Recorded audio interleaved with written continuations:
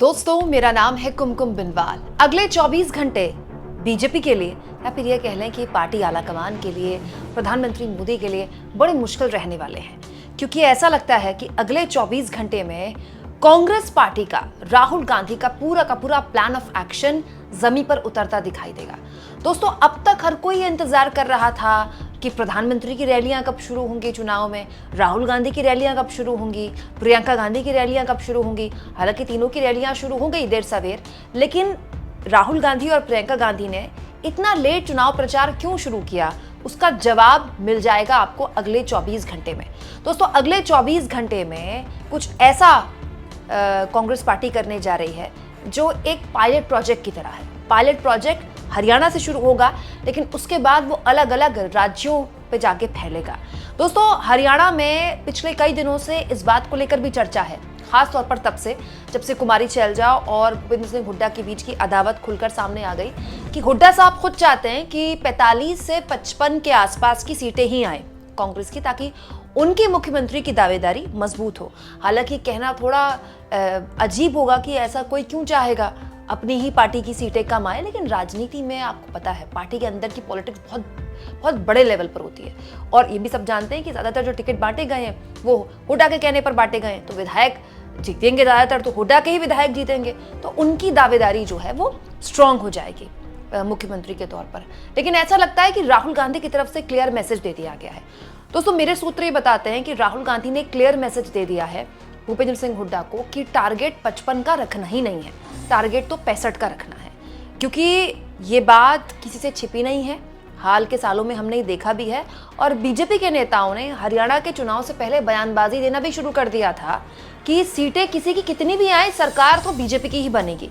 तोड़फोड़ की राजनीति में हाल के सालों में बीजेपी एक्सपर्ट बनकर उभरी है, और ये भी सब जानते हैं कि अगर किसी राज्य में मैंडेट एकदम क्लोज रहा, मतलब अगर 45, 50, 53, 52 के आसपास मैंडेट रहा, जो कि बहुमत के आंकड़े के काफी करीब होगा, तो बीजेपी के पास जाहिर तौर पर 20 से ज्यादा सीटें होंगी और निर्दलियों की तादाद भी ज्यादा होगी। तो ऐसे में बीजेपी के पास अगले 5 साल जो सरकार बनेगी उसको हिलाने का, या उसको कमजोर करने का, या उसको तोड़ने का, या फिर उसको गिराने का ऑप्शन बड़ा होगा। तो दोस्तों, जो मध्य प्रदेश में हुआ वो किसी भी हाल में कांग्रेस नहीं चाहती तो दोबारा हो, इसीलिए राहुल गांधी ने क्लियर मैसेज दे दिया है हरियाणा के तमाम बड़े नेताओं को, खास तौर पर भूपेंद्र सिंह हुड्डा को, कि इस गलतफहमी में आप मत रहिए कि 50-55 सीटें हमको लानी है। हमको लानी है 65 सीटें, और वो तभी होगा जब न केवल स्थानीय स्तर के नेता अपना जोर लगाएंगे, बल्कि केंद्र नेतृत्व भी पूरे ताकत के साथ एक तरह से अपने आप को झोंक देगा, और अगले 24 घंटे में यही होने वाला है। दोस्तों, राहुल गांधी और प्रियंका गांधी हरियाणा की सड़कों पर उतरने वाले हैं। जी हाँ, इस बार कोई रैली नहीं होगी, कोई रोड शो नहीं होगा जो अमूमन होता है, यात्रा होगी, जिसको राहुल गांधी ने भारत जोड़ो यात्रा के जरिए एक तरह से आत्मसात कर लिया है। दोस्तों, हरियाणा विधानसभा चुनाव के प्रचार के आखिरी हफ्ते में कांग्रेस अपनी पूरी ताकत झोंकते हुए चुनावी रथ यात्रा निकालने जा रही है। रथ यात्रा हमारे देश में काफी मशहूर है, आप जानते हैं। दोस्तों, कल से रथ यात्रा ये शुरू होने वाली है, यानी कि 30 सितंबर से, और 3 अक्टूबर तक हरियाणा के अलग अलग विधानसभा क्षेत्रों में रथ यात्रा गुजरेगी। इसमें राहुल गांधी के साथ होंगी प्रियंका गांधी, यानी कि कांग्रेस के 2 सबसे बड़े वोट कैचर, जिनकी इस वक्त अलग अलग राज्यों में डिमांड है। तो इसके जरिए दोस्तों आप कह सकते हैं कि कांग्रेस की कोशिश रैली करने से एक कदम आगे है।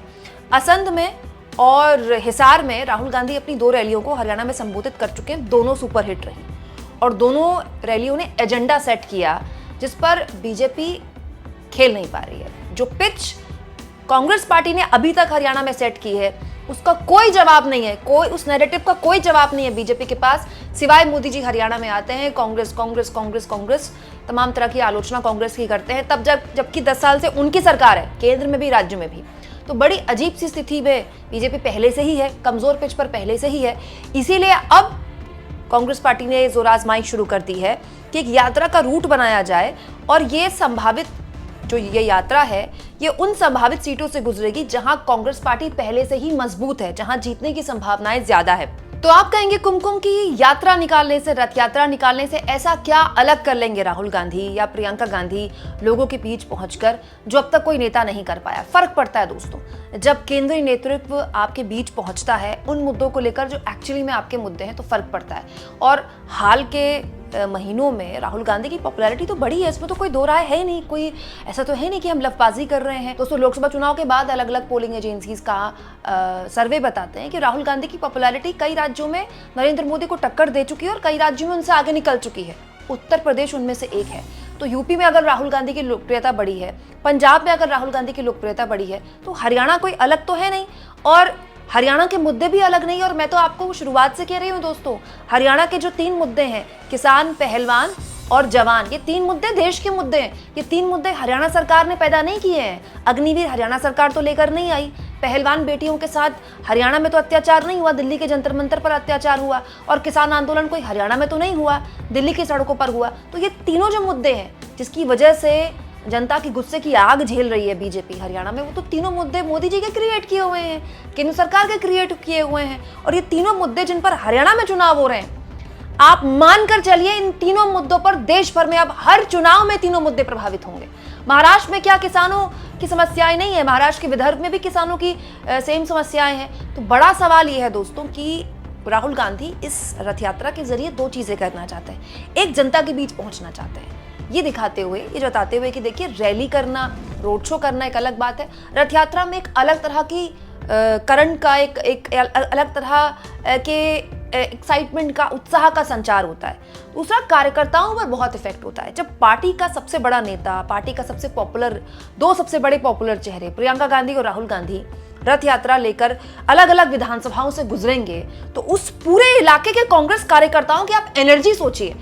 जिला स्तर से लेकर विधानसभा स्तर के जो कार्यकर्ता होंगे, उनके अंदर एक जोश होगा कि देखिए हमारे सबसे बड़े नेता आ रहे हैं। हर कार्यकर्ता ये चाहेगा कि मैं ज्यादा भीड़ जुटाऊं, कार्यकर्ता चाहेगा कि मैं लोगों के बीच ज्यादा जाऊं, कार्यकर्ता लोगों के घर जाएगा बताने के लिए कि देखिए राहुल गांधी हमारे विधानसभा क्षेत्र में आ रहे हैं। इससे कार्यकर्ताओं को बहुत जोश मिलता है। वो कार्यकर्ता जो पहले से ही जोश में है, कांग्रेस का कार्यकर्ता जानता है कि सरकार उसकी आ रही है, और जो संभावनाएं दिख रही है, सरकार तो कांग्रेस की हर कोई कह रहा है, मतलब भाजपाई भी अब दबी जुबान कहने लगे हैं कि सरकार तो कांग्रेस की आ ही रही है। जो पूरी फाइट है बीजेपी की, बस ये है कि सम्मानजनक हार हो जाए।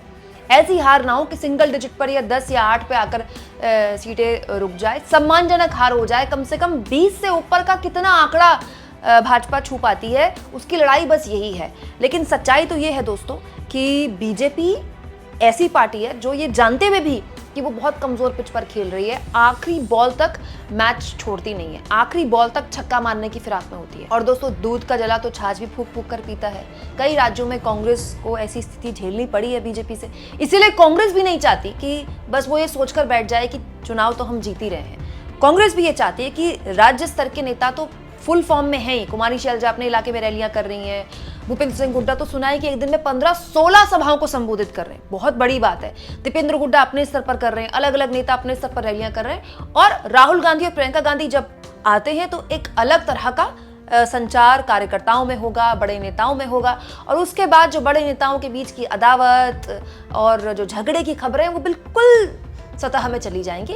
टेम्परेरी तौर पर वो झगड़ा फिर आएगा 5 तारीख को कि सीएम कौन बनेगा जब नतीजे आएंगे, लेकिन फिलहाल 5 तारीख तक वो झगड़ा एक तरह से बैठ जाएगा। आप कह सकते हैं कि आखिरी जो 1 हफ्ता है हरियाणा चुनाव का, वो बहुत जबरदस्त होने वाला है। और जबरदस्त इसलिए भी होने वाला है क्योंकि अगर हरियाणा से जो मैसेज है ये पॉजिटिव मिला कांग्रेस आला कमान को, तो फिर ये जो तरीका है प्रचार का, ये मेरी जो खबर है वो ये है कि कांग्रेस कोशिश करेगी कि हर विधानसभा चुनाव में वो ऐसे ही प्रचार करे, जो कि पॉसिबल है।